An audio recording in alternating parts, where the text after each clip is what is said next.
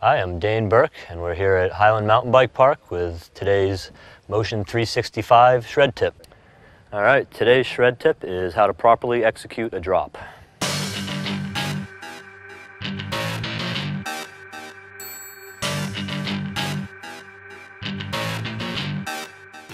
Okay, so first and foremost, you want to make sure that your equipment is in good working order. Make sure your drivetrain's running. You're not going to skip a gear when you get to the end of the drop.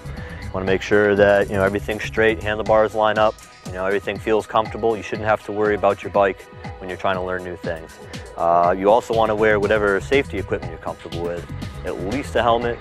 Recommend for the first time you're trying something like this, gloves, knee pads, shin pads aren't a bad idea, elbow pads, that sort of thing. But it just comes down to whatever you're comfortable with, and as long as you're going to be protected if you do go down. So when approaching the drop, you want to stay even on the bike.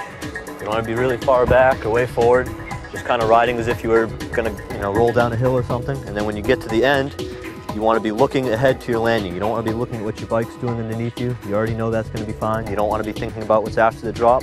Just look right at where you're going to be landing and concentrate on making yourself go there.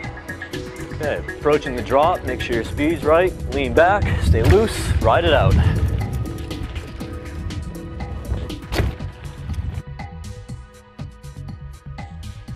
All right, so when you've gotten the lower drop a little bit more under your belt and you're feeling comfortable, time to step it up to something a little bit bigger.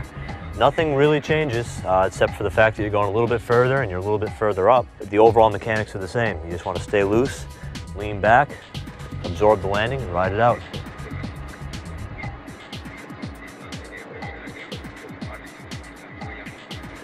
Okay, so once you've gotten a little bit more confident on the big one, you're hitting it smooth every time, you can throw a little style into it.